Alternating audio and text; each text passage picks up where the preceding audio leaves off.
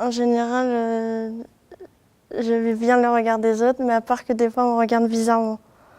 Je le vis pas très bien parce que les personnes, il y a des personnes, ils nous jugent alors qu'on est une personne à part entière, on est une personne, même si on est handicapé, on est une personne normale, on peut vivre normalement comme tout le monde. Quitter l'école pour aller travailler, au début ça a été difficile parce que j'avais du mal trop au niveau de les lectures, tout ça, mais là petit à petit ça a été, puis maintenant j'y arrive à lire et à écrire. De l'IME à l'ISAT, on m'a préparé depuis longtemps parce que à l'ISAT de l'IME, il y a des ateliers pour nous apprendre le métier. Et de fil en aiguille, ils nous ont donné de l'autonomie pour pouvoir prendre notre envol par la suite. J'en avais un peu marre de l'école et tout ça, des apprentissages. Pour moi, mon but, c'était de travailler, d'avoir une activité professionnelle, d'avoir une vie, quoi. J'ai choisi mon activité en fonction de mon handicap, en fonction de ce que je me sentais capable de faire. Et j'ai essayé un petit peu d'espace vert, j'ai fait un peu de menuiserie. Bon, c'était plus ou moins difficile pour moi par rapport au matériel qui était à proposition. Mais l'espace vert, je trouve, c'est ce qu'il y a de plus plus facile pour moi et c'est un boulot qui me plaît vachement. Alors, Moi, au début, je voulais travailler, être fleuriste, mais c'était pas possible parce que j'ai des problèmes de coordination, puis il fallait retourner à l'école. c'est grâce au boulot que j'ai eu, que j'ai pu pouvoir mettre de l'argent de côté, j'ai pu louer un petit appartement et de pouvoir acheter mes meubles. Moi, mon but, c'est de me débrouiller vraiment toute seule et puis de prouver à ma famille et aux gens qui m'entourent que je suis capable de vivre ma vie d'autonome, quoi. D'être une jeune femme comme toutes les autres femmes, de vivre dans son appartement tout seul, quoi. Non, je préfère travailler en ESAT. Je me sens plus à l'aise. Peut-être parce qu'il y a aussi d'autres personnes qui ont d'autres difficultés, du coup on se sent peut-être plus à l'aise. Je préfère aller au milieu protégé parce que je me sens plus en sécurité et j'apprends petit à petit et je vais mieux y arriver.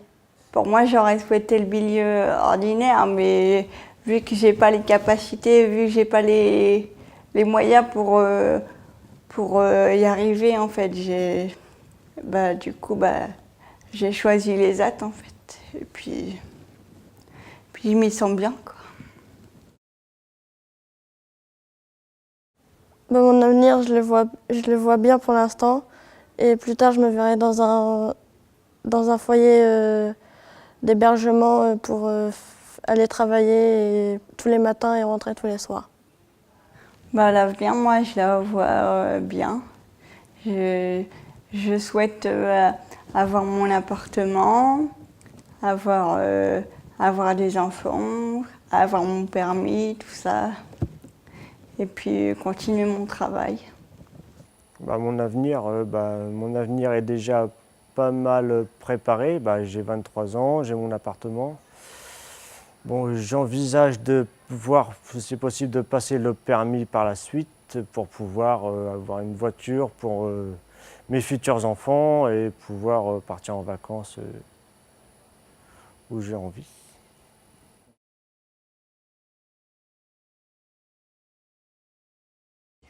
Aujourd'hui, le monde du travail, par rapport à l'handicap, est très dur. Je pense, à mon avis, qu'aujourd'hui, lors d'un entretien, on est obligé de cacher son handicap pour pouvoir accéder à un poste.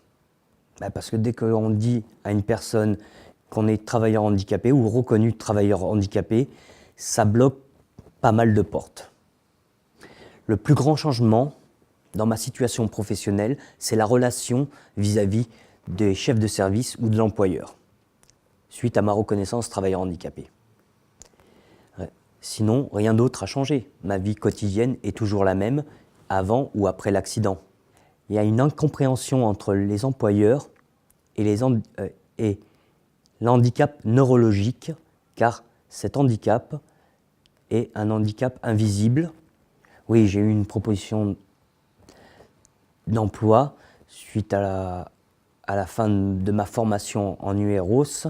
Lors de mon stage en entreprise, mon handicap n'était pas un frein, car la personne qui m'a employé était tout à fait au courant de mon handicap. Aujourd'hui, en tant que travailleur handicapé, les employeurs ont un frein vis-à-vis de mon handicap invisible, car je suis légèrement plus lent qu'une personne, on va dire, normale. Et je ne peux pas dire normal parce que moi, je me considère normal. C'est ça le problème.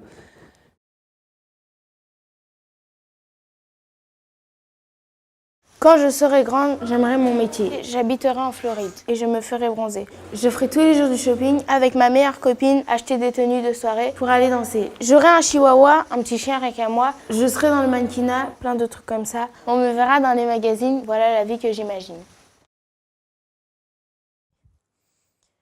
Quand je serai grande, je sais pas trop ce que je serai, mais je sais ce que je serai pas. Je serai pas comme les autres. J'aurai un look bien à moi. J'obéirai à personne. Je n'écouterai que moi. En fait, je sais pas du tout. Ce que je sais, c'est que je veux être heureuse. Le reste, je m'en fous. Enfin, peut-être aussi amoureuse. Mais l'avenir, c'est comme tout, c'est toujours un peu flou.